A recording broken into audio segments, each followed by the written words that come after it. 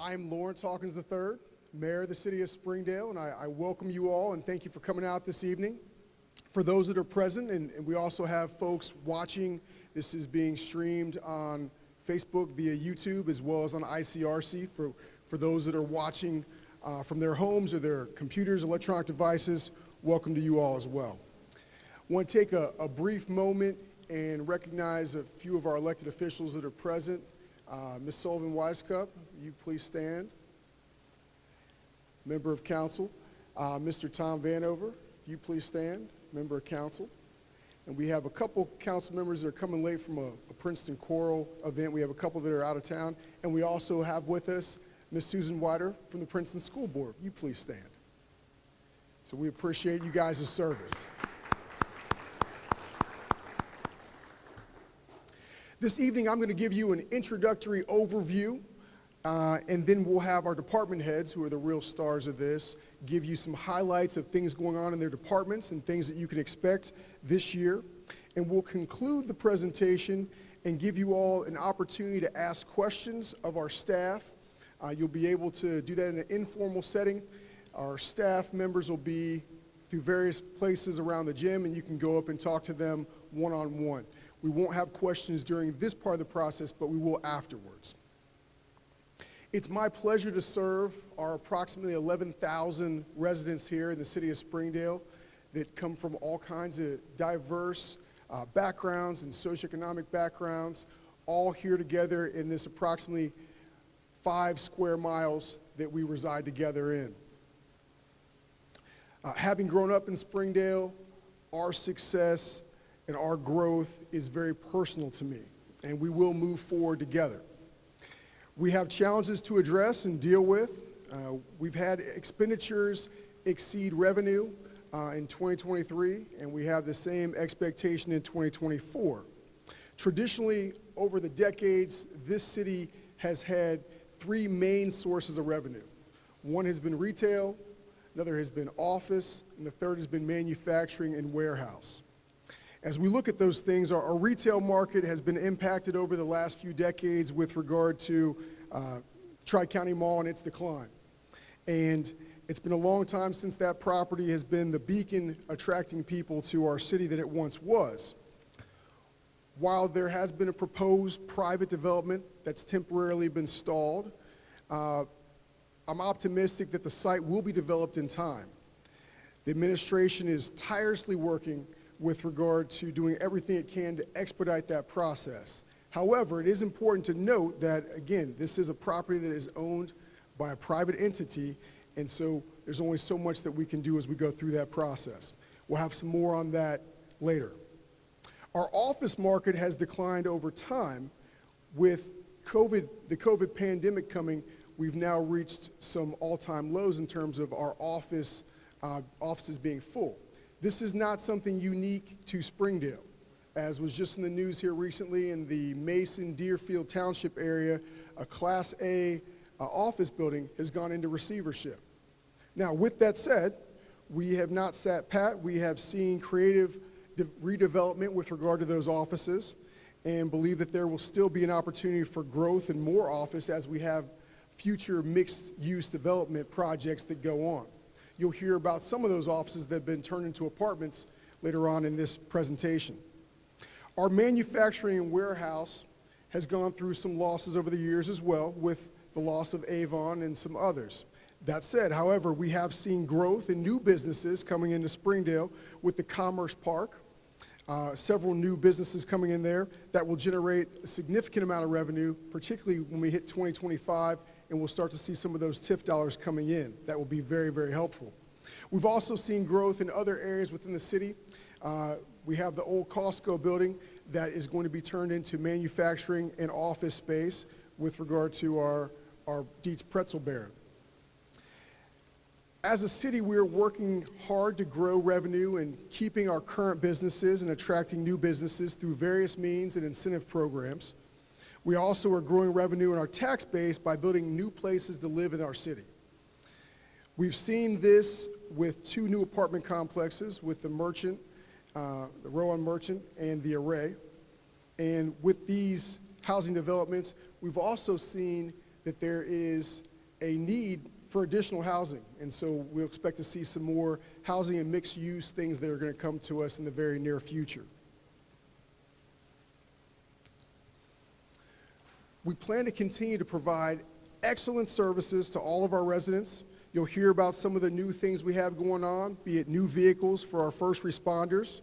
You're going to hear about improved services through our Parks and Rec department, as well as 2 parks that are being renovated this year. And at the same time, we're working to maintain our city assets. And the main city assets we have are our buildings and our roads. With regard to our buildings, we continue to upgrade and repair our facilities. We've gone through a process of redoing our municipal building. We have addressed the administrative wing, the building department, and the health department wings. This year, we're addressing the tax department wing. We also have received a grant that will allow us to address lighting upgrades as well as our chiller in the municipal building. But the lighting will impact us throughout the city, including at the rec center, inside and outside. So we're going to continue to make upgrades there. Regarding our roads, we continue to work hard and designate dollars to making sure that the roads we drive on are not full of potholes and what have you. The biggest road project we have going on that you're going to see in the next probably 12 to 18 months is the Northland Boulevard project, which is an $8+ million project that at this point has been fully funded through grant dollars. So that's been an absolute blessing for us going forward, being able to save money from our general fund. In all, we have a lot of exciting things going on in our city, despite some of the challenges that we have. You will get the opportunity to hear from some of our department heads, and these individuals are really the real stars of this evening. These are the individuals along here that really make this organization go, and I feel fortunate to have such a great leadership team with us. So with that, I'm going to turn it over to Mr. Agricola, who's in charge of our public works.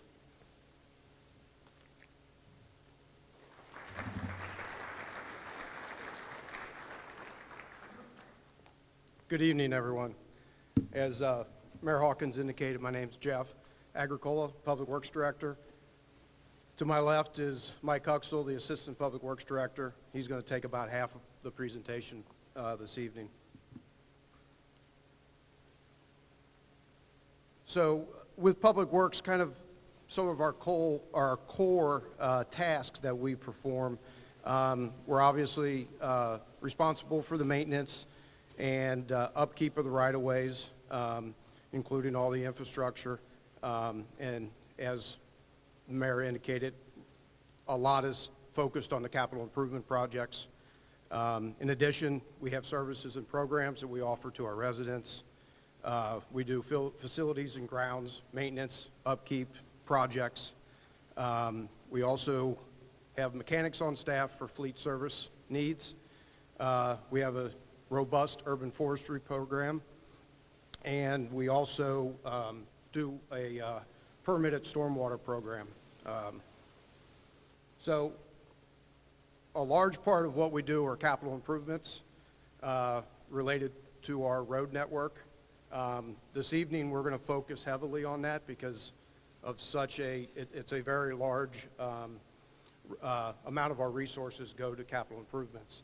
So we're going to talk a little bit about some of the projects we've just recently completed.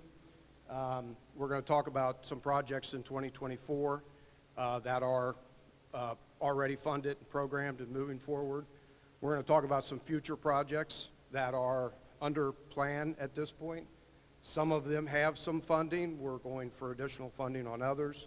And then we'll talk a little bit about some of the facility projects that we have. One thing I'd like to point out is our website is your best resource for the capital improvement projects. If you go to our main page, you can zoom in. You see where it's kind of zoomed in. You can go under our capital improvement projects. We do our best to maintain that and keep it up to date. Additionally, obviously, we do our best with Facebook posts as well. So some of the capital improvement projects that we've all recently, unfortunately, had to deal with, because I know that they are intrusive to everybody, you know. But we had a very large project on East Crescentville That was a partner project with several surrounding communities. One thing I'd also like to point out to you, I know there's a lot of detail up there and it's hard to see, but the key takeaway with these pie charts is yellow indicates the local match. And in almost every one of these projects, I'm thankful that you'll see that the yellows is normally the smallest piece of the pie. The Crescentville widening project, that was a 2-year-long project. It is now complete. We also completed a partner project with the City of Fairfield on State Route 4. It was an urban paving project, so ODOT was also involved in that. Additionally, we did urban paving on 747. Once again, ODOT was involved in that as well. Additionally, in 2023, we completed traffic signal upgrade at the intersection of Kemper and 747. Got rid of the span wire and went to mast arms and kind of improved the look of the intersection. One project that probably was, for the most part, unseen except for the maintenance of traffic for a period of time was we worked on the East Kemper Railroad Bridge over CSX there. Most of the work occurred underneath the bridge. You really didn't see it, but we did a substantial amount of work there with regards to the concrete and reinforcing steel. And then we did some bridge deck paving and waterproofing. As you can see, once again, pointing out the smaller pieces of the pie are the local matches. That project was funded by multiple sources, including the Hamilton County Engineers Department. The final project there was a phase 1 of a 2-phase project on West Crescentville, and we finished that up last year, once again partnering with Butler County Engineer. We did the curbs, catch basins, and some storm work in preparation for a paving project that Mr. Huxell is going to speak about here coming up. So, thank you, Jeff. So for 2023, we also did some crack seal, some maintenance type projects. One of the main focuses of our department is to also maintain the infrastructure that we have. A couple dollars today saves a multitude of millions of dollars later down the road. So we're trying to stretch out those infrastructure components as far as we can. So as we look to 2024, we're looking at doing some work on Victoria in the Northwest. We're doing some work on Ken Road. We also have worked on sidewalk grindings over in Terrace subdivision, so we continue to maintain the infrastructure that we have. And then for 2025, some of our planned maintenance activities include additional crack sealing and some other maintenance strategies that extend the life of all of our pavements. Based on our 5-year capital improvement plan, this is kind of a map kind of highlighting some of the other projects that we're kind of looking for source funding for. As you can see, we've got a lot of the main thoroughfare streets that we'll be touching here in the near future. And as Jeff alluded to, one of the big projects for this year will be getting into the Northland Boulevard. That's an $8 million project that we've got secured funding through multiple grant sources. Excuse me. The other improvement project is we continue to work towards the city's goal of connecting and making connections throughout the community. We've got a new sidewalk project that we'll be including on Tri-County Parkway to connect Northland Boulevard with Princeton Pike. And some additional capital improvements that we have on our horizon include the Merchant Street sidewalk that we plan to take from the existing development out to Princeton Pike. We also have some additional improvements we're going to make on Victoria Northwest in the northern part of the city. We have some additional work that we're looking to do, stormwater, some curbs, and some pavement in the industrial area of what was the old Avon area. And we're looking to do some improvements on East Kemper Road towards Chesterdale, working back towards the Princeton Pike intersection. And all of those are projects that kind of out on the horizon we're doing planning for right now. And we're going to source funding for those in the future. As the mayor alluded to, we've also been putting a lot of money into all of our facilities. We've done some rec center air conditioning improvements. We've put a roof on the rec center. We've put a roof on the police department. We've recently put a roof on the salt dome to protect that asset. And we are working with the police and fire department to create a new generator connection to update outdated equipment. And as we look towards the services end of what the Public Works Department does, everybody is very well accustomed to our chipper service, our leaf collection service, the trash service, and then also the mulch request. So just as a highlight for everybody here tonight and those online, you know, our chipper service will start March 25th, and that'll be the last week of every month going through the month of September. Leaf collection starts in October, and mulch requests, we're taking those now, and mulch will be delivered the first week of May. And now to introduce Matt Clayton with the Health Department.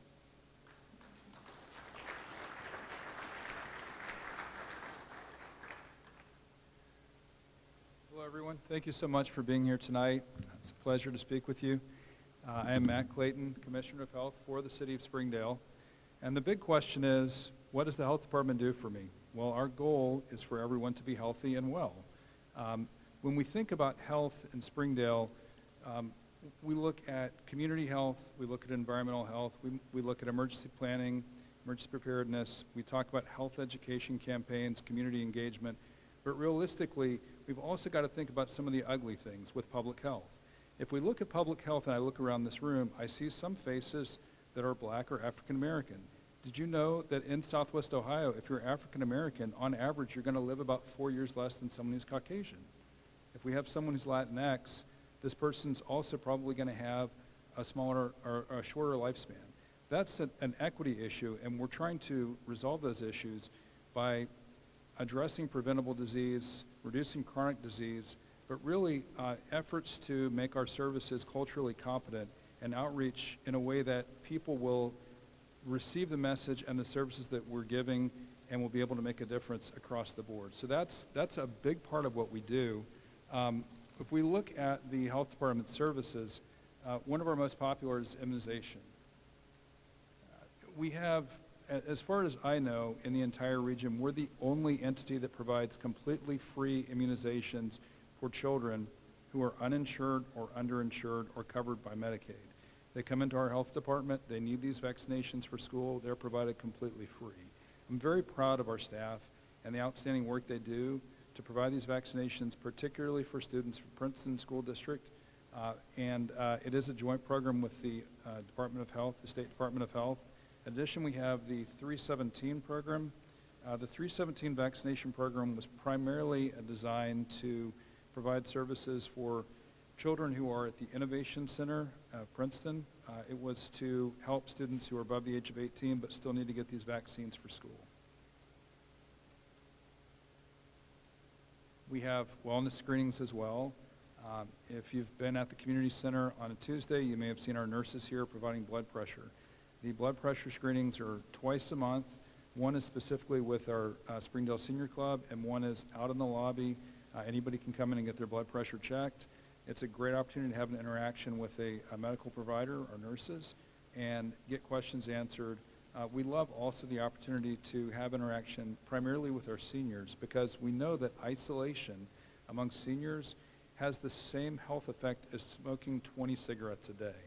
So if we think about that, one of the biggest things, the most important things we can do is to interact with the community and try to overcome some of that isolation. One of the big issues that we faced during the COVID pandemic. Speaking of the pandemic, if you've been in Springdale for a while, you know we were here in this auxiliary gym frequently during COVID providing vaccinations. Now, we're no longer getting the vaccines for free from the state, but I'm very proud of the efforts that we made and the steps that we took to help the community and to achieve health during the course of a very trying pandemic. As far as environmental programs, oh yeah, got a pointer. Everyone knows that we have health inspectors that perform the food safety inspections, also food safety training, and then we have programs that are crucially important but less known. Swimming pool and spa programs, keeping people safe at the pool is very important. Hotel motel inspection programs. We also form the Hotel Motel Committee, whereby we work with other city departments, including the police department, the fire department, economic development, city administration. We're really seeking through that organization and through that committee to have hotels that are safe, that are healthy, and that are economically viable. It's a win-win for the community, for the business operator, and obviously for the city. So I'm proud of those efforts, and I'm proud of the changes that have been made. In the last 10 years, we've seen a lot of hotels being remodeled. We still face challenges, but that's a big focus for us. School and playground inspections are state mandated. We take them very seriously because we think the health of children matters. And certainly, it's a focus for community health across the board. Rabies control.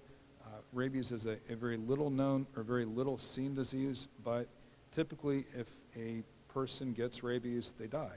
So it's pretty serious. Controlling the risk of rabies is pretty important to our environmental health division. Public health nuisance abatement and housing complaints, also something that's below the radar for most people, but when they're needed, they're needed. And if it's an individual living in unfit housing, we really want to try to resolve that and make sure those conditions change. The next slide talks about community engagement. One of the most important parts of this is our workforce development plan.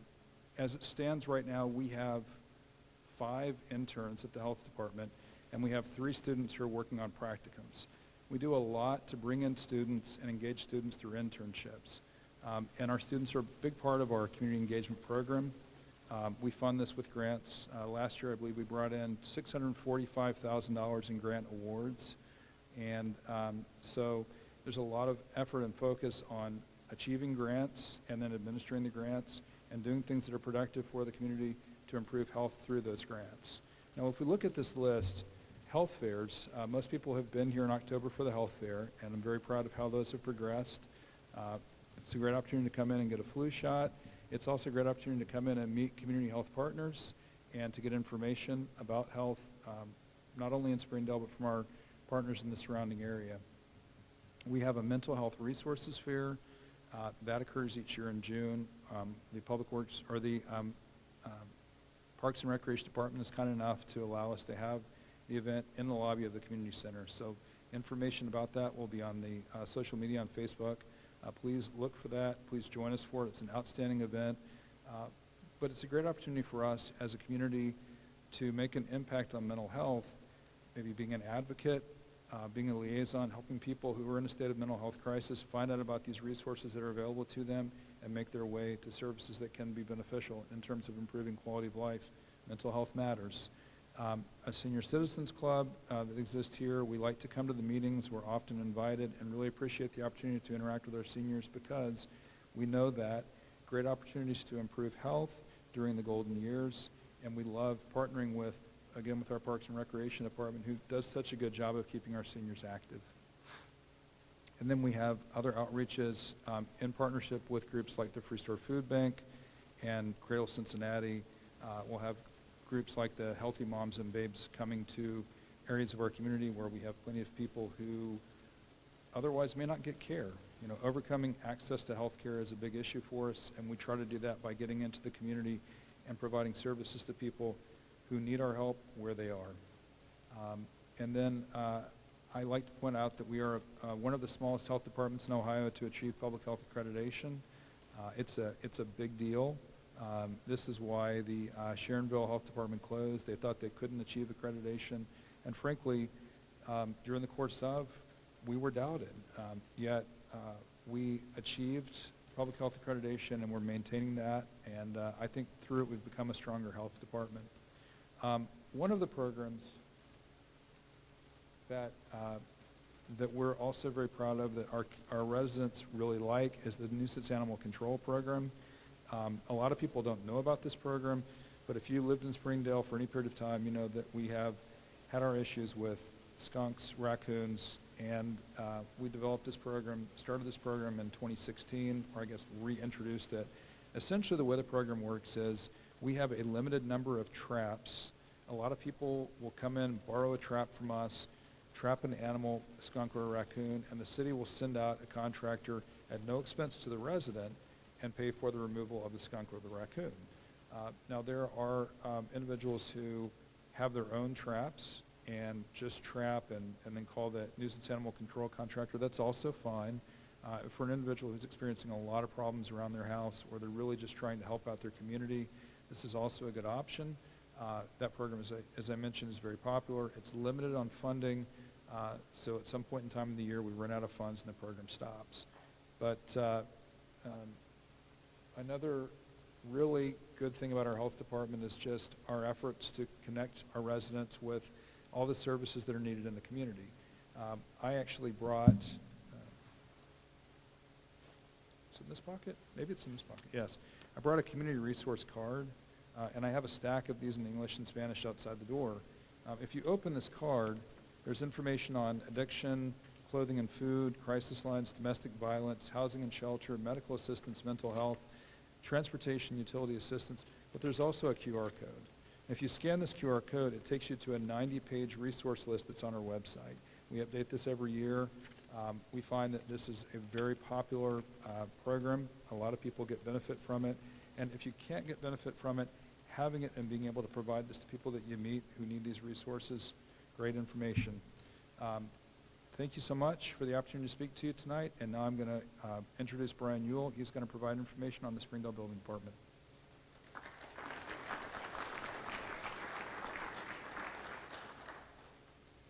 Thank you, Matt. I would like to go back to one slide and recognize our health department actually earned accreditation through the Public Health Accreditation Body. And this is no small feat. This is a big to-do. There's over 100 measures that demonstrate core competencies in what a health department can deliver. So kudos to our health department and Matt Clayton for spearheading that. So my name is Brian Ewell, and I'm the Assistant City Administrator. I'm not our building official, unfortunately. I know this is why most people came here tonight, is to learn more about our building department. So I'm going to try and make it as entertaining as possible. Our building official, Carl Lamping, had a conflict tonight, so I'm his sub. So I drew the short straw. But our building department facilitates our land use process and future development and existing development. So there's various codes in our zoning code section that they follow, different codes that are meant to make sure that our housing, our setbacks, our fences, a bunch of different regulations are in place to make sure that you as a neighbor aren't living next to something that is undesirable. One of the programs that we get asked about is our rental program, and our rental program applies specifically to single homes for an annual inspection. There's a fee available, or a fee with that. However, each year the home is to be inspected externally, and then every 3 years it's inspected internally to make sure that as a renter, the home is up to par and up to code. So one of the programs that we feel pretty strongly about is important for people who are renting homes within our community to make sure that those are meeting our standards and being kept up. Sometimes rental properties can kind of get run down because the people renting in them don't take the care necessary that they would if they owned the home. So our building department is out there on a proactive basis to make sure that we are inspecting rental homes. But they also take care of new development and redevelopment with different construction. We do use a third party to do some of our electrical and plumbing inspections. Most of our plumbing and structural items are all taken care of in-house, but we manage the entire operation. So we're not going to send you to different places. You call our building department, you're ready for an inspection, we coordinate and schedule the inspection and send an inspector out, regardless if it's our inspector or if it's the third-party vendor that we use for the electrical component of that.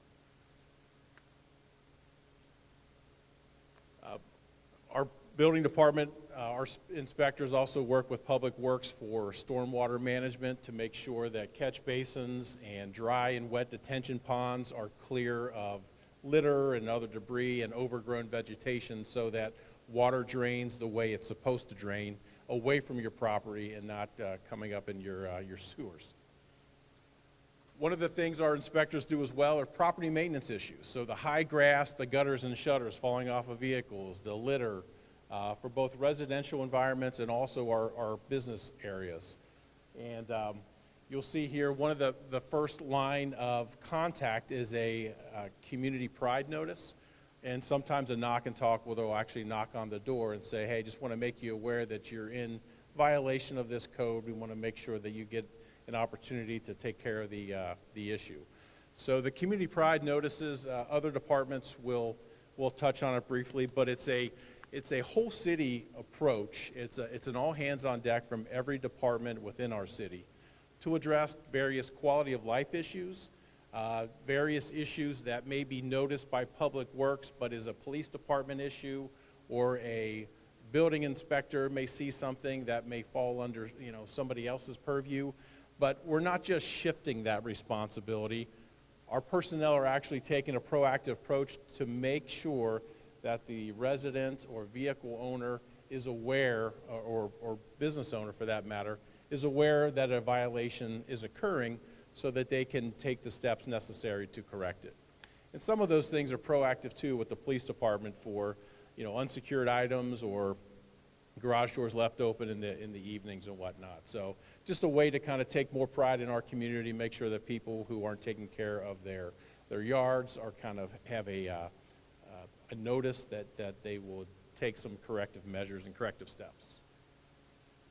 One of our popular programs that is funded through the Community Development Block Grant is the Home Improvement Repair Program, HERP. And we have a limited amount of funds that we get from Hamilton County every year, and that varies year by year. But this program in particular will provide up to about $2,000 for exterior home repairs for qualifying individuals. Now, not every individual will qualify. It's based off of income. So I would direct you to our website on our building department site. On the left-hand side is the thumbnail. It'll take you to the Home Improvement Repair Program. There's an application process, and it'll provide you a little bit more information on how you can benefit from it. Some of the frequently asked questions our building department sees. The nice thing about living in the community here in Springdale is we don't charge residents for specific fee or specific projects.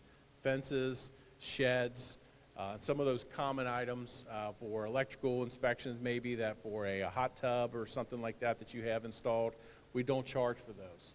So decks, another common one. Another one is, when do I need a building permit?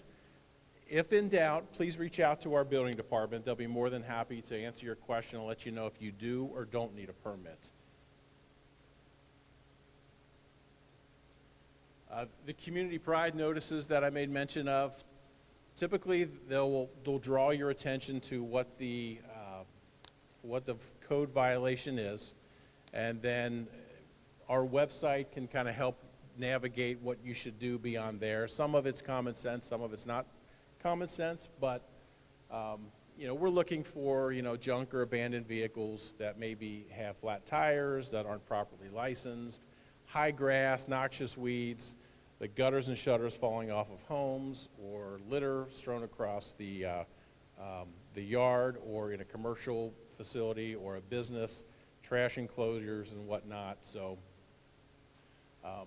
this is kind of a nice way to say, hey, let's all join this together. Let's take pride in our community and make sure that we keep it nice for everyone else and our neighbors. So I know that was enthralling, and I'm glad that I could be here and substitute for our building official. And here's a few more interesting points for our Parks and Rec department.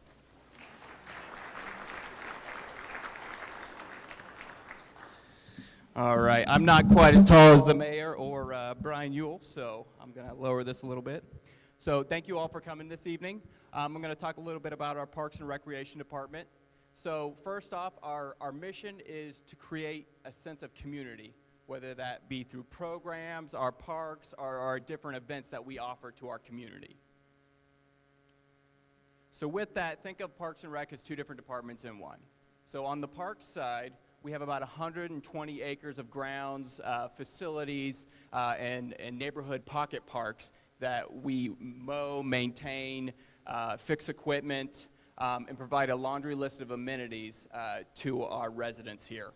So one thing I wanted to point out is one of things Mr. Ewell touched on is our new website. So we just recently updated our website, and you can actually find specific parks located in your neighborhood or around Springdale, and you'll have a laundry list of the different amenities, and there's actually a link on there that you can actually click so you can navigate and get there. So if you're not sure on how to get there, your smartphone will let you know. One of the things I wanted to mention is, as far as amenities go, is if you want to know, hey, where is a Frisbee golf goal? Or, hey, where is a grill? So, because I want to have a family picnic. Those will, on the website, you'll actually be able to figure out which parks have that and find the setting that works best for you. So on the recreation side, obviously we're in this nice 72,000 square foot facility here. And on average, we see about 250,000 patrons that enter our doors in a given year. So with that, inside of our community center, we have a great professional staff that offer a laundry list of programs and activities along with our amenities. So they try to find the activities and programs that meet our community needs and try to cater towards them and what the community really wants.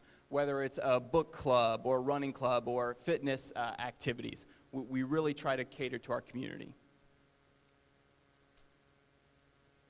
And then moving up to some of the updates that we've done over the last few years with the administration support, which has been excellent, is our online services. We've finally reached online, and we can now do, if you're a member, you can do online member renewals. You can register for, a chair exercise class or a program. You can also, if you don't want to destroy your house, you can rent a room here and have a birthday party here. Just make sure you pick up after yourself, okay? So one of the things we worked on for the last 10 years is silver sneakers. So we've applied and reapplied for silver sneakers, and we were constantly getting turned down. And then we approached this subject about 2 years ago, and they said, well, hey, are you going to provide indoor pickleball courts? And I said, well, yeah, sure we will. So then that was the leverage that we needed to actually get silver sneakers. So we started to offer indoor pickleball. And a part of silver sneakers, why it's so beneficial to our community is if you have a particular set of Medicare coverage, your membership's free. So make sure you check with your insurance program. You might qualify for silver sneakers. In that case, let our front desk know, and they'll be able to get you signed up. So along with some of the things and changes that you've seen within our facility, you obviously seen the new lobby where we've done some light renovations, taken out a few plant islands. We've done some room updates for those who like to rent our rooms for different parties. We've also added member value for our coffee bar, which has been a big hit, and it's great seeing people in the morning utilize that. And then I touched on the events. One of the last things I wanted to bring up, and this is something that we worked really hard over the summer, our department, along with administration, is the parks that the mayor mentioned. So we were approached by, I guess we can say her name, Marjorie Underwood Randolph. She said, hey, I have these two parks. They're really near and dear to me. What can we do to re-beautify them and make them nice again? So we got with administration, we combined thoughts from the comprehensive plan, which you all did a survey, a question and answer, and we added elements of that into this park build. So we were a little nervous when we approached her. We said, hey, it's going to cost this amount. And without hesitation, she said, okay. We waited a few months, and then we got a check in the mail for almost $600,000 to update these two parks. And I'm going to show you these renderings. But I actually see Tom Ellis there in the back, and I would like to give the Calvary Church a shout out because a rec commission member brought up, hey, what can we do with the old park equipment? And so we reached out to some of our neighboring churches and communities, and Tom Ellis with the Calvary Church accepted the donation, and they actually took our old playground park equipment. So they're able to be reused. So this is Underwood Park. We're going to completely redo the parking lot. We're going to expand it a little bit, and we're also going to have a picnic shelter and playground here. Each will have a walking path to them. There will be grills with the picnic shelters. It'll be completely redone. And then moving on to Cameron Park, we're going to mirror the same. We can't do one and not do the other to equivalent value here. So we're going to add a playground set. We're going to add the picnic shelters, and obviously a new parking lot.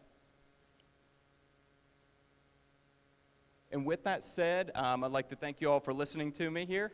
And then we have some content and programs out at the front entrance there. So if you have any questions, our staff will be here to answer any of those questions.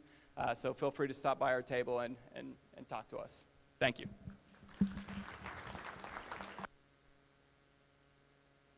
And up next, I have Chief Stanley. Okay, he'll come here to talk with you about the fire department.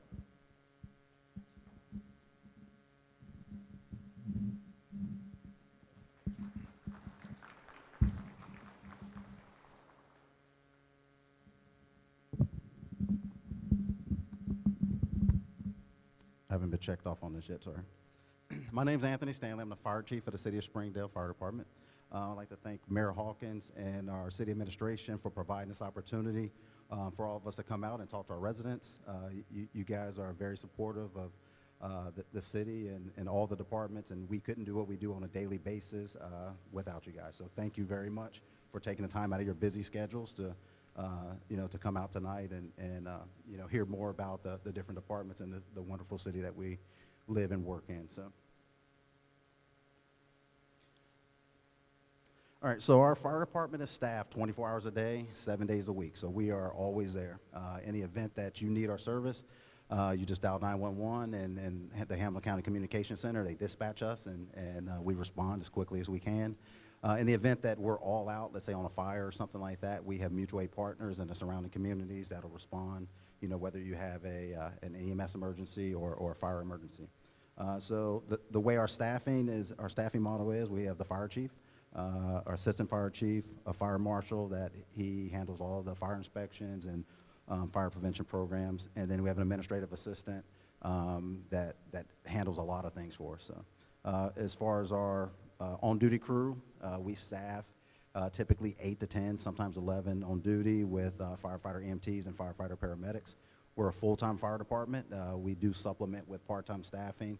Our staffing we're fully staffed right now. It was a big challenge to get there, but we're very proud that we were able to get there.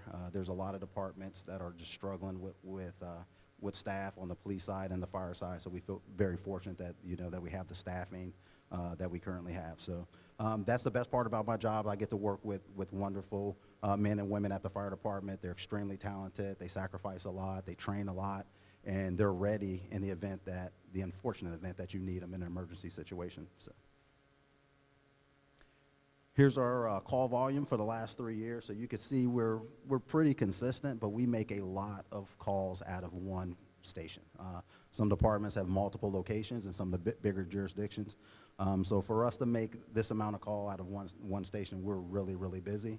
The majority of what we do is EMS. It probably accounts for about 75% of it. Some of the fire runs that we have, there's some embedded EMS runs in there where our fire truck is assisting on EMS runs. So you may see that. You may see a fire truck at someone's house and the ambulance there at the same time.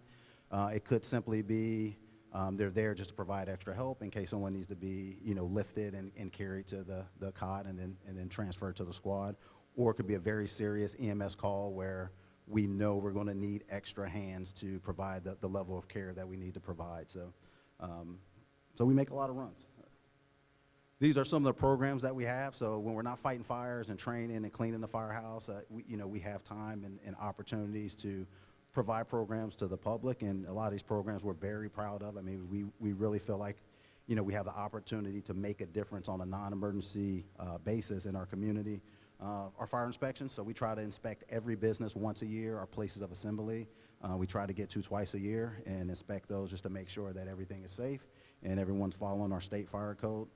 We do foster home inspections, so individuals that have the desire to have foster kids in their home, it's a requirement that they have the local fire department come out, and there's an inspection and a checklist that we have to go down and sign off, and then they provide that to the agency that they're getting the child or the children from. We do life safety checks. These are not fire inspections, but they kind of feel like it because we're kind of showing up and walking around and checking things out. They're very quick. They're meant for places of assembly, mainly restaurants where they have the potential to be overcrowded. So sometimes we're just doing spot checks. Sometimes we'll get calls where, you know, maybe a patron is in there and they're under the assumption that they are overcrowded. So we go out and we check. In the event that someone is overcrowded, what we do is we don't ask people to put their fork down and leave. We just simply don't let people come in, and just through attrition, we get the number back down to an acceptable range. Our Blazing Vikings program, this is a wonderful program that we have in both of our elementary schools. So one of our firefighters, he approached me a couple years ago and came up with the idea to recognize kids in the school. You know, so anytime that we can have more involvement in our elementary schools, we're all for that. So the program is not academic based. You know, what we're doing is we're recognizing students for their kindness and their leadership and how helpful they are to their teachers and fellow students. So it is a wonderful program. You know, some kids, they don't have the capacity to be great students, but all of them had a capacity to be kind and be leaders. So we recognize every month of the school year, one kid from every class and every grade each month in both of the schools. So we go out, we give them a certificate, the on-duty crew goes out, I go out, we provide them with a certificate, a plastic fire hat, a bag with coloring books and some goodies in it, you know, for them. So, and a medal. So we added the medal this year, so they're really proud of that. The principals allow them to wear them throughout the course of the day. So, you know, so they're really proud of their achievement. And I love seeing the new ones, but I even love seeing the repeat students because they're just, you know, they don't stop. They just keep going, and they're just really helpful. So it's a wonderful program that I'm very proud of. Our child safety seat installation program, so we provide this for our residents and for anyone that works in the city. So if someone doesn't know how to put a child seat in, or they're just a little unsure, they can come up. We have people that are trained. Believe it or not, it's a 40-hour class to get certified in that, you know, to put a child seat in. So there's a lot of kids, including myself, that grew up that was not properly restrained, you know, but when we know better, we do better, right? So we have a lot of personnel that are trained there to do that. We don't just put them in and allow the parents to leave. We educate them on how to do it in the event that they have to remove the seat, you know, that they're properly trained to get the seat back in. So we do them all hours of the night. You know, people show up, and most hospitals won't let you come home unless you have that paper. So we provide CPR and first aid training, so we do that to any residents, any people that work in the city. We also provide that training to our staff within the city of Springdale. So we provide a lot of CPR training, which is wonderful. Our smoke detector program, if you're a resident of the city of Springdale, we have smoke detectors that are donated from Red Cross, and the detectors are good for a year. So if you don't know the age of your detector, or you know it's beyond the 10-year mark, just give us a call. We'll come out. We'll provide the detectors. We'll install them for you. We'll write the date in there, so it'll be really easy to track that for the next time that you know, that you need a detector. We have a residential Knox box program. So this is similar to a lock box. We can put it on your door. We have a key to it. No one else has a key to it, just the fire department here in Springdale. So you could put a door key into the box, and we can access that in the event of emergency. So when we typically use this, it's when we have someone with maybe failing health, or where they're on a regular basis and they're in a situation where they may not be able to access a door and allow us to come in. So we have that program there in place. Our annual open house, I love the open house. I've been here since 1999. I have not missed one the entire time that I've been here. I love interacting with the community and seeing all the kids come up there and you know, just meeting the residents on a non-emergency basis, which is great. And you know, just opening our doors up, allowing people to come in. So if you've never been to the open house, it's the first Saturday in October every year, rain or shine. So hopefully we have some good weather. Hopefully you all can come out to the open house. So The last thing is our student and civilian ride-along program. So part of the training for firefighters, EMTs, paramedics, which paramedics is just a higher level of EMS training above the level of EMT. But part of the training that they're required to do is ride along time with fire departments. So those students will come and ride as part of their coursework. In addition to that, we do have some interns from some of the vocational schools that'll come out, and they're there on a more of a permanent basis for maybe 4 to 6 months. And we've actually hired some of those interns, which is great. And then we have civilians that come, so just men and women just like you have an interest in, what we do every day. And so you can just schedule that time and simply sign a waiver, and we can get you set up with that, and you'll ride along with our captain, and you'll go on emergency calls and see what we do, on a daily basis. So it's a great opportunity to get into the fire department and really see what we do. We can't let you drive the truck. That's probably the most common request that we have. So unfortunately, we can't let you drive it. But you can ride an SUV and go on the calls with us, which is great. So we have a motto at the Springdale Fire Department that amateurs train until they get it right, professionals train until they can't get it wrong. So we spend a lot of time training just to make sure when that bell goes off and we jump in those vehicles and we come to your home or your business, that we're there, that we're professional, that we're providing the level of service, that you all expect, that our leaders expect, that I expect as the head of the department. And like I said, we have great men and women that do a really good job. So that's all I have for tonight. Is with everyone else here, we'll be here afterwards. Please take the time to come up and talk. I'll stay here and talk to each and every one of you if you want to talk to me. And I love talking about the fire department. So thank you again for coming out and for this opportunity. So next, I will introduce our police chief, Mr. Tom Butler.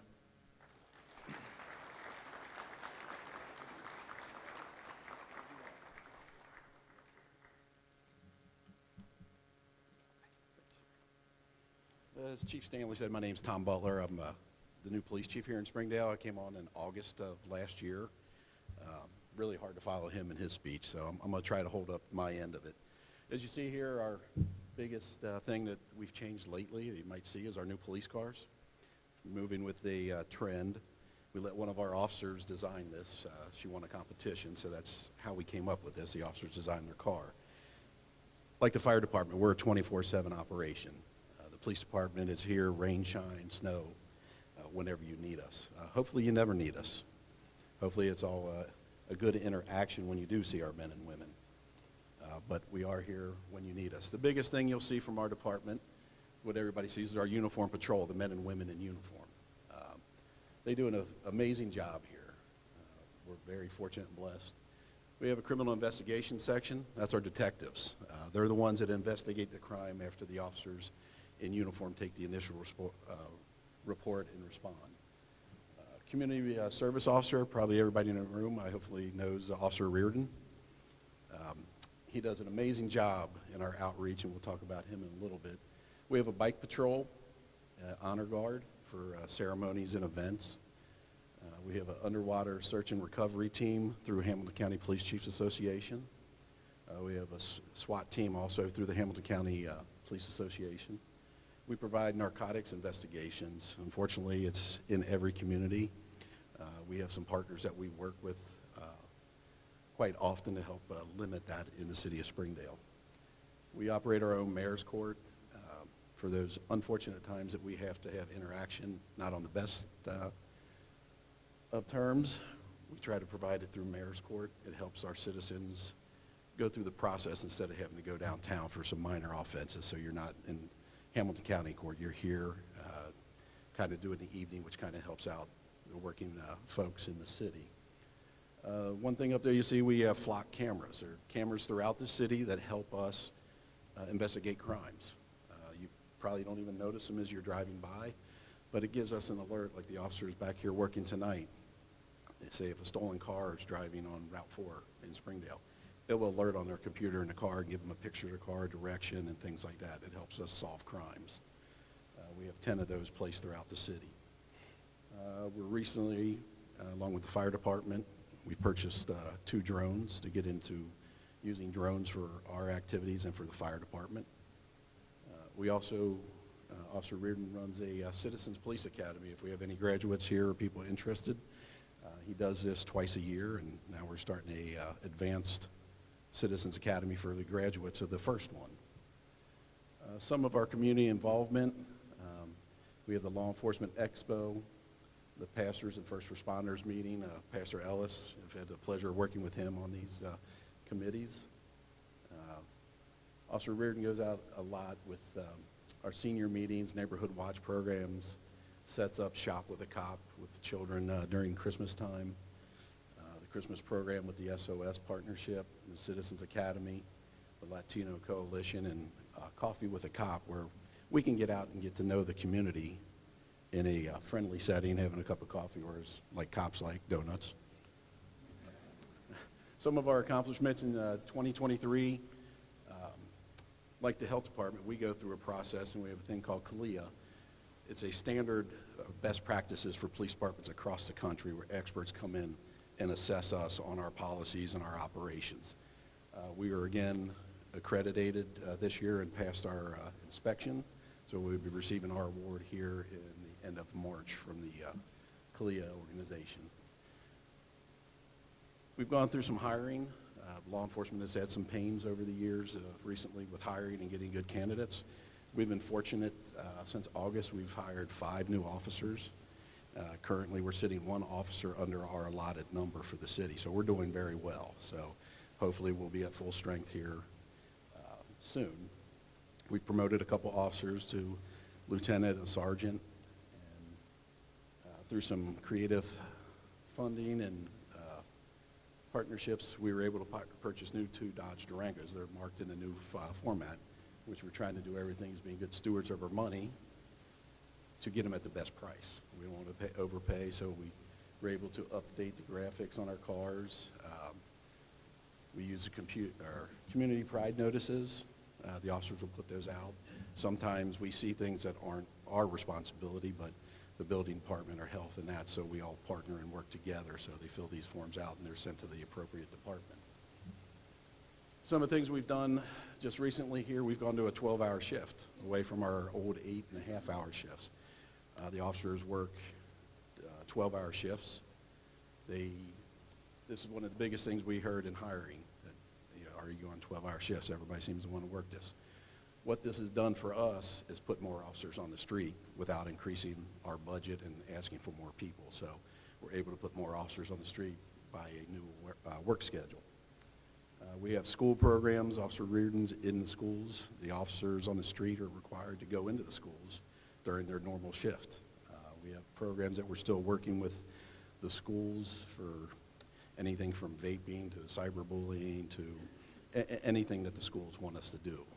We're going to work with them. You know, our main focus is continue to reduce crime and traffic offenses throughout the city to make it a safe place for everybody to raise a family. I can operate this. Well, that comes to my end, and now I have to introduce our newest superstar to the team, Katie Smitty.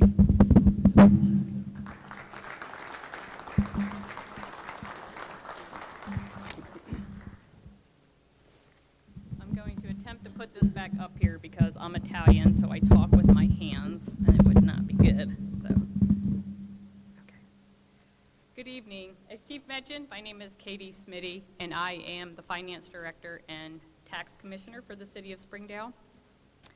My role is to manage 2 sides of the house, finance on one and tax on the other. And in order to do that, I have to give all kudos and credit to not only the amazing staff and faculty sitting here, but also the staff that works in my departments. Tonight I do have Rachel Nagley here from the tax office. She's our supervisor. Rachel, say hello. If you are a frequent flyer in our tax office, you know Rachel is a known commodity. Everybody comes to see her. She's extremely knowledgeable. We're known for the friendly assistance that we offer. And if you don't know, we can process your tax return for you. So if you need help with that, since we're in the midst of the season, please stop up and see us. We're happy to help you. Combined, I have 8 employees, including myself. And on the finance side, they do a fantastic job managing and recording and reporting on all of the transactions from my high maintenance friends over here, because they're all competing for the same money. So it's extremely important that we work collectively together to figure out what are the most important agenda items for the city, and that together we accomplish those based on priority. So I'm not just saying that because I'm on probation still, since I was just hired in December. That is really how I feel.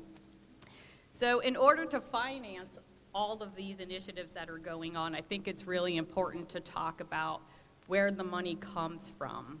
And it's a common misconception that the city receives most of its revenue from property tax. How many of you thought that? Raise your hand, be honest. One, okay, thank you for being honest. That is not true. So property tax, we get about 16% of every property tax dollar that is received, and that is filtered through Hamilton County and then comes to us. We receive just over about $1 million in 2023 for property tax. The majority of our funding comes from municipal taxes. So if you've come and you filed your taxes, or you work somewhere in Springdale and they've withheld on you, that is where we get the majority of our money. And from those earnings tax, we're able to provide the necessary street repairs. You need to have a call for life and personal property protection, police and fire will show up. Charlie's got all these amazing programs, building and zoning permits, nuisances, et cetera. So that's where the money comes from. We have a few other smaller categories, but it's really just those top two that are worth mentioning.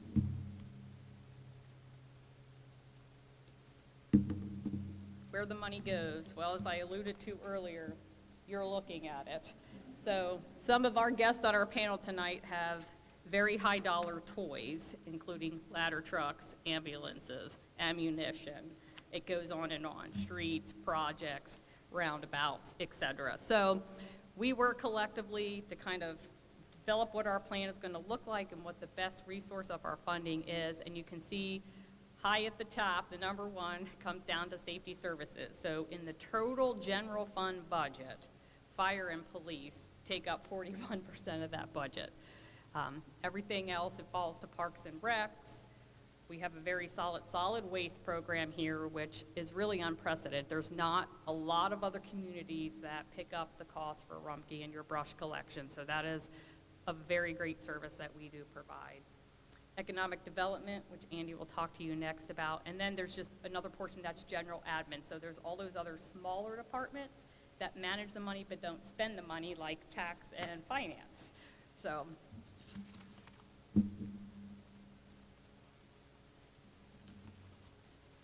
since I've been here at the city, it's been talked about often about what different initiatives can we do to set ourselves apart from different communities, or at least keep up with current technologies and kind of leverage our resources with technology. So upon the election of Mayor Hawkins, one of the first initiatives he wanted to put in place was Ohio Checkbook. An Ohio Checkbook is a link to the Ohio Treasurer's website that provides complete transparency on the federal or the local funding structures within the city. So every expenditure we make every month is now reported to Ohio Checkbook. This went live on February 14th. If you haven't accessed the website, it's up here in the presentation, or if you come see me afterwards, I'm happy to write it down for you. But I encourage all of you to go there and take a look. There's no surprises. You can drill down by fund, you can drill down by multiple years, you can drill down to transactions. So take a look at that when you have some time. If you have questions, you can always call or see me after this presentation. But it was a really good move for the city, and there in Hamilton County, I believe we were the 24th city to go ahead and move to this transparency initiative. So.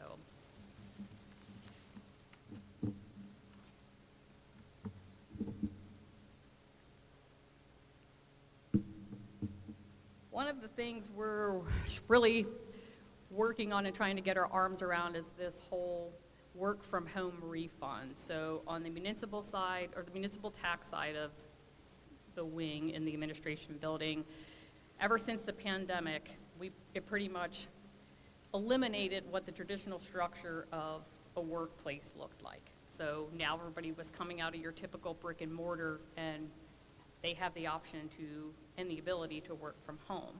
So a lot of companies struggled up front with trying to get the electronics in place, but nonetheless, they have found out that, hey, our new normal is we can work from home and we don't have to spend the money and different resources on trying to keep a building and lights and utilities and everything that's associated with a typical business.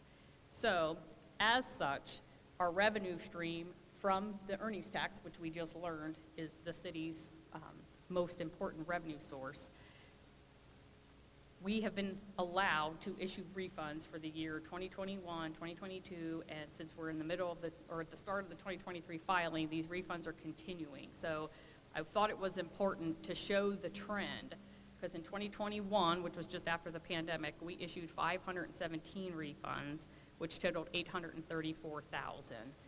In 2022, they came down. The number of refunds we issued was 444, which equated to $739,000. And then in 2023, we've only processed 30 so far. But again, we're right at the start of tax season, so we're doing reconciliations every day. So although I'm hopeful the number will be lower, I'd be afraid to take any kind of guess on where we're going to land. But I'm hoping that this trend will continue downwards, so we can make sure that we're solidifying all of our earnings tax revenues and keeping those for the much needed projects throughout the city.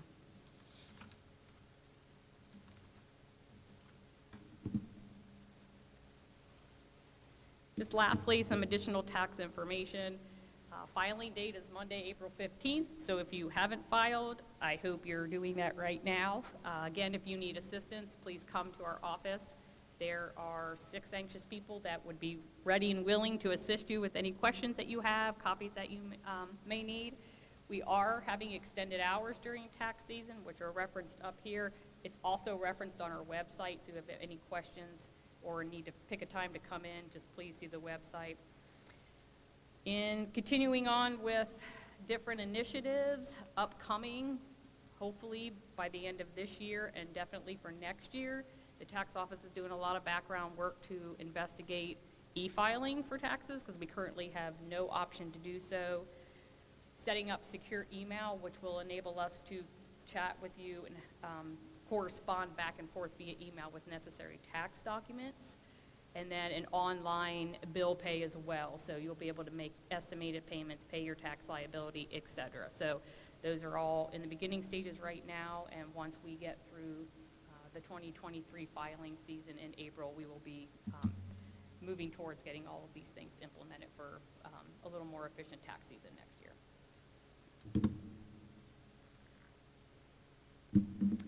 Next, I'd like to introduce the one and only Andy Kucha, who is the best economic development director in this entire tri-state region.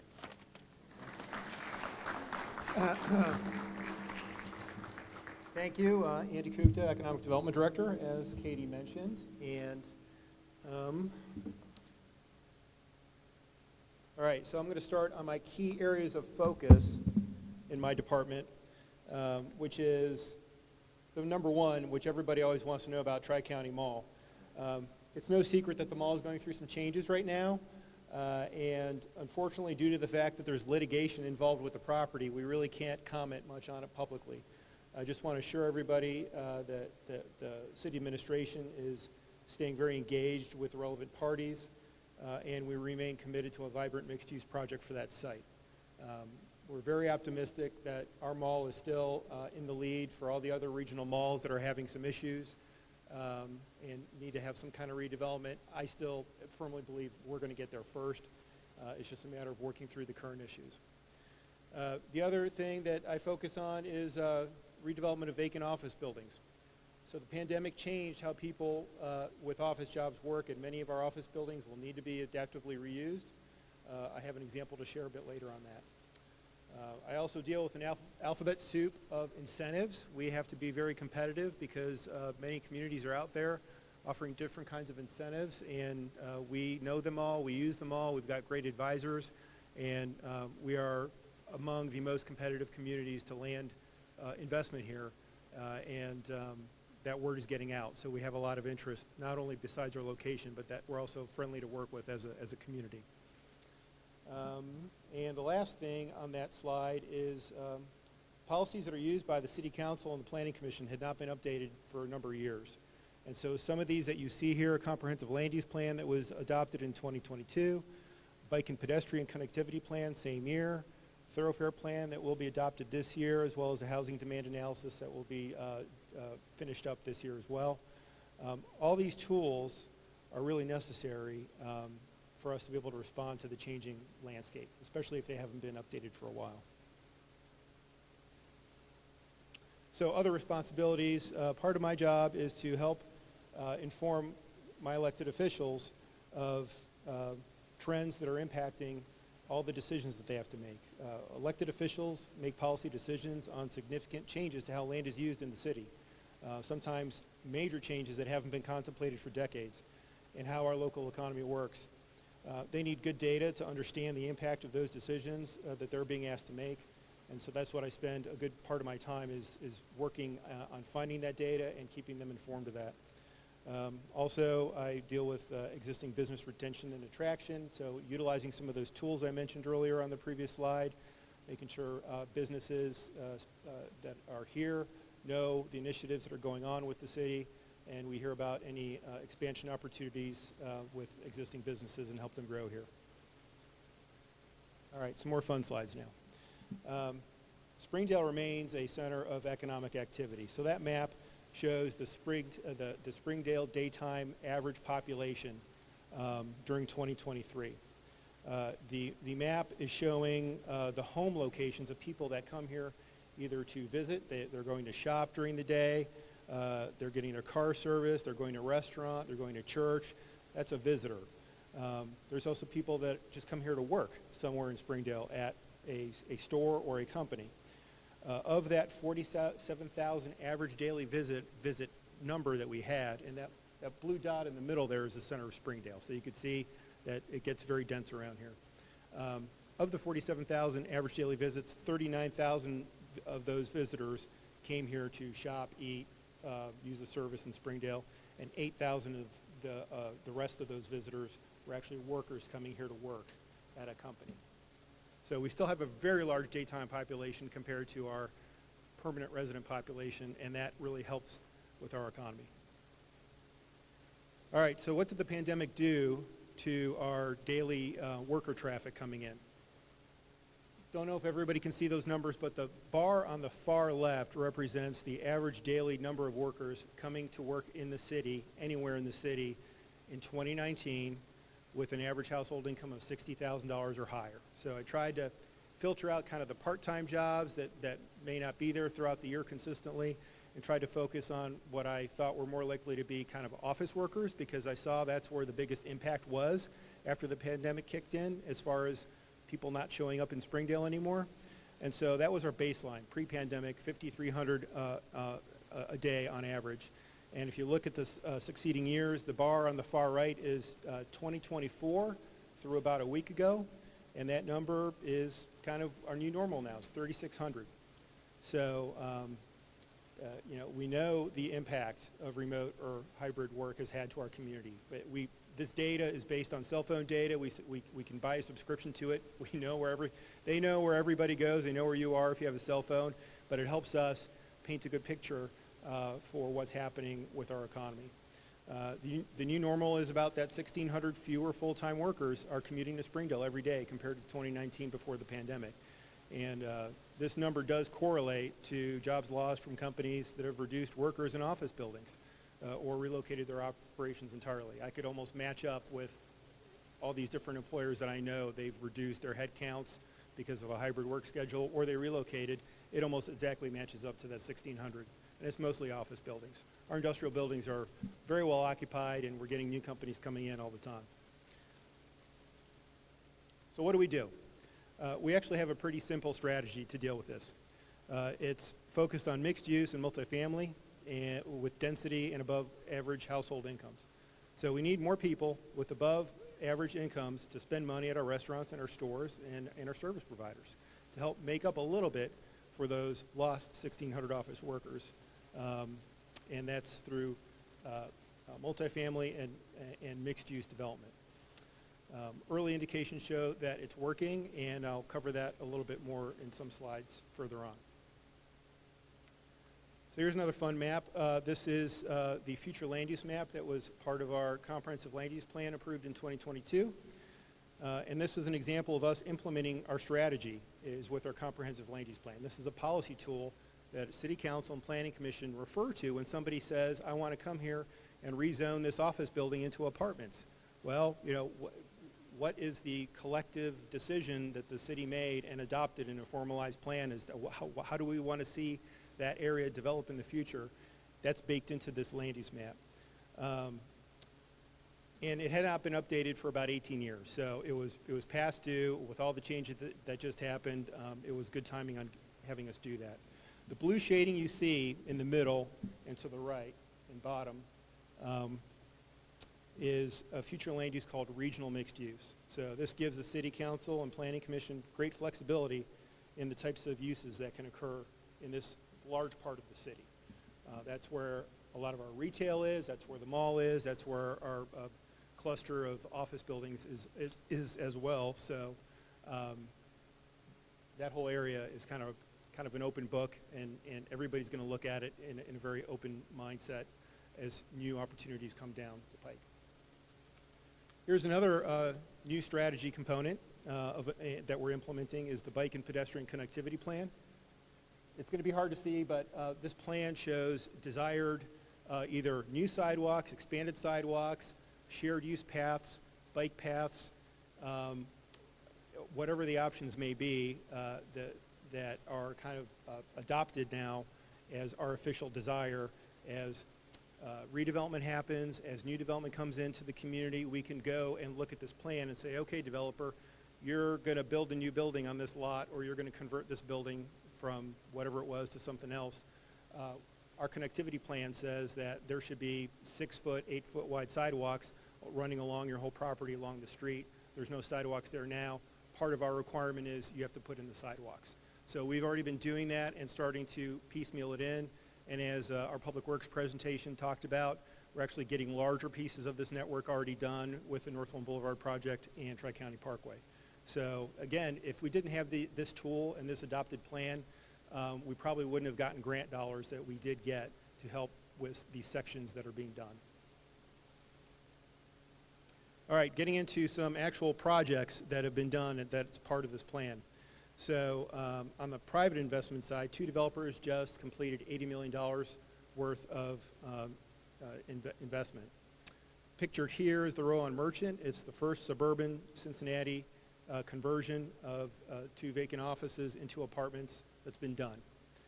The project is already 95% leased, and the average per unit income of the residents is $100,000, and they are looking for their next project in the community. They've been so happy with the lease up on this project. And you can see the 2 big boxes are the 2 former office buildings at the corner of Merchant Street and Tri-County Parkway. They have 60-some apartment units in each building. One of the buildings has rooftop amenities, a rooftop gathering space area, and then all the smaller boxes that you see around in the former parking lot, these are all townhomes, 3-bedroom townhomes, and they've leased up very well. And there's actually, even though with all that development on that site, it used to be a field of asphalt, they increased the green space by, I think, 28 or 32%. And they planted 180 new trees above and beyond what was there before. So we actually took away asphalt and we added trees to the community with this project. So it was a great win for all of us. Next project I want to touch on is the second multifamily community recently built. It's located at the site of the former Sheraton Hotel across Route 4 from the Showcase Cinema. As of a month ago, it was 92% leased with similar average per unit incomes as to the project I just covered. A fun fact on this project, the developer shared with us that the top 3 employers for the residents of this community are Procter & Gamble, GE, and Northrop Grumman Aerospace. So people with great jobs that are moving in to this community, and they also have, on average, at that project, their percent of income spent on rent is 18%. The developer told us about that as well. The national average of renters, they spend 30% of their disposable income on rent. So that means these residents have more money to spend in our community, which is something we love to hear, and hopefully we're seeing them do that already. And just another shot of the array. You can see some of the amenities there. That is one awesome clubhouse. They have a great workout facility in there as well. They've got first-class amenities, including that fantastic clubhouse for residents and multiple outdoor gathering spaces, and their own enclosed dog park. I just saw a TikTok video pop up from them today with somebody who's running their little pooch on their dog park. This project has frankly set the bar for new multifamily in the city, so any future projects that are going to be coming to us for approval, we're going to be looking at this one and saying, you know, you need to meet this standard, if not do better. They did a great job with that project. I would like to note that, that we are collaborating with the Princeton schools on these projects. We want to make sure that new residential development will not overburden the schools. So we have been communicating with the administration of the Princeton School District to share data. And we intend to keep doing this at least a couple times a year with the existing new apartments that were built. And if new ones come online, we're going to keep doing this to make sure that we're not hitting any critical points where there's too many kids getting put into our schools and overburdening our schools and then causing Princeton to have to think about some major new school project. So as of last month, both the Row on Merchant and the Array had a total of 34 kids enrolled in Princeton schools, and they were over 90-some% leased, 449 apartment units, 34 kids. 11 of those kids were already enrolled in Princeton before any of those apartments were available to move in, bringing the net new enrollment to 23 total. As of February also, Springdale Elementary, Heritage Hill Elementary, and Glendale Elementary, because that's where our kids go as well, as part of the Springdale zone for distribution of kids in the schools. Those three buildings still had capacity to accept an additional 278 kids. So the bottom line is that the city and the school district have room to grow, and we are committed to remaining good partners with the school and making sure that we're not going to do something that is going to put them in a difficult situation, and that we have a very long runway to work with them on that. So that's important to us. All right. Some new businesses last year and this year. We have a variety of businesses that are coming here. We have a Bath and Body Works to a Ritz Safety, which is a kind of they provide safety gear to other companies, to Zeta, which is a company that does 3D printing in the aerospace industry, very, very super high tech. And then, this year already we've had a Best Buy outlet, so the Best Buy came back, sort of, kind of. And Vance Outdoors just opened up recently, and then later this year we're going to have Enable Injections opening up, as well as Wawa, which is probably the most exciting project on this list for a lot of people. So I'm going to just highlight two before I wrap up. This was mentioned earlier, so this is the Deach conversion of the Costco building.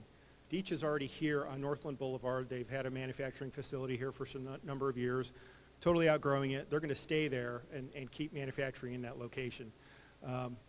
They are going to do some major renovations to this Costco building, and it's going to be North America's largest and most high-tech soft pretzel production facility. It's going to open in November. Deach USA will eventually employ 300 people at this location.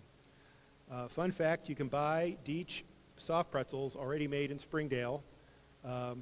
You'll find the pretzel bites and the Bavarian pretzels at a Kroger store, and I'm sure some other grocery stores, but I go to a Kroger, so that's where I see them. Over by the bakery section, they're under the brand name Pretzel Bear. So those are made fresh here, flash frozen, and so it's not going to get much fresher than visiting the bakery directly. And then the last one I'm going to touch on is Enable Injections. That's one that we recently announced.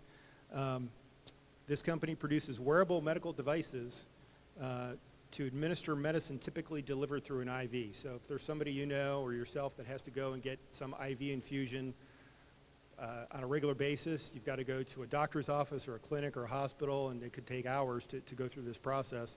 They have this gizmo that it delivers the medicine subcutaneously right into your skin, and you can walk around and go and do your activities, and it'll deliver the dose medicine as you need it. So it's a pretty revolutionary thing that's going to make a lot of people's lives better, and they have a huge growth potential. They are going to bring 250 employees with an average salary of $90,000 to Springdale by the end of this year. They will locate in half of the newly completed Springdale Commerce Building at the corner of Crescentville Road and Princeton Pike. So we have growth going on. There's a lot of changes going on. The changes are going to continue, especially with our office buildings. But we're all committed, and we're all trying to use all the tools that are at our disposal to make sure that we're adapting and continue to be a vibrant community.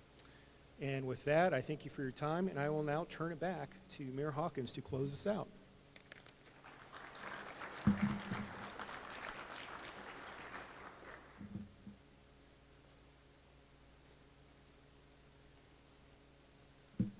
I told you these guys are awesome, right? We're very fortunate to have all these folks here.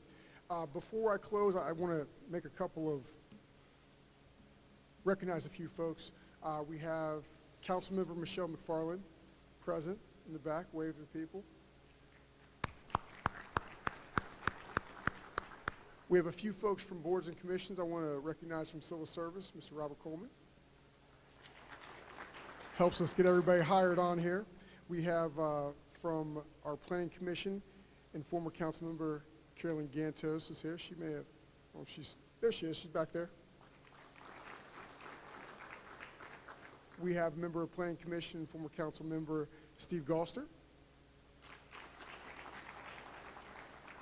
And we have member of planning commission and former council member Dave Oakham. And we had a former council member and planning commission member Joe Ramirez here earlier, and he had to take off. So we have folks continuing to serve. Also, before we close, I want to recognize our Chief Administrator, John Jones. And you guys got to meet Brian Ewell, who was pinch hitting for the building department, our Assistant Administrator.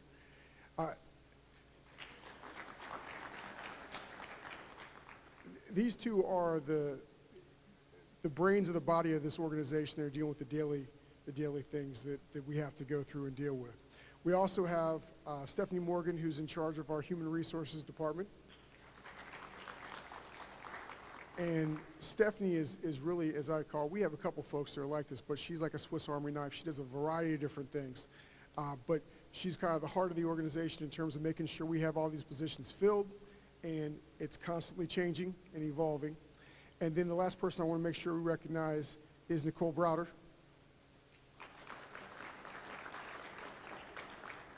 And she is our assistant to the administrator. She is really the nervous system and the blood flow to make everything happen. We wouldn't have all this going on today if it wasn't for Nicole. So we really appreciate everything that she does as well. In closing, I think you guys have heard and you know from particularly with regard to some of the economic development things, it's important we all can impact our city and our city's growth by shopping Springdale and eating Springdale. Okay, so when Chili's closes, you have to ask yourself, I had to ask myself, when's the last time I went to Chili's? Right? So we can help our own city by making sure we're shopping and we're eating here. All right? Keep that in mind. In closing, communication is important. That's why we're doing this. We're going to look to do another event in September with your elected officials, more of a question and answer, open dialogue, less formal situation, but communication is important. The city puts out a lot of information by way of a number of different ways. One is by council meetings, and you can go to our website. You can see when we have council meetings by going to our website. It's usually the first and third Wednesday of the month. In the summertime, that may vary a little bit, but it's posted on our website. It's posted sometimes on our electronic signs. The city website is up here. There's a lot of information you can get from that. It takes care of all of our departments, gives you information with regard to them, gives phone numbers. You can contact folks if you have further questions. There's a notify button up there that can get you additional information, get you connected with our Facebook page as well. We have electronic signs, city banners, a newsletter which is getting ready to come out here in about a month or so. And in all fairness, despite all these different vehicles of transfer of information, there may be information that you want that may not be posted or you may not have received. And so please, in that case, contact the city. Call me, call our administrative staff. Communication is about information, and information must come from people that are informed. And all these people up here have the answers to all the questions. So please feel free. We want you to know that we are available.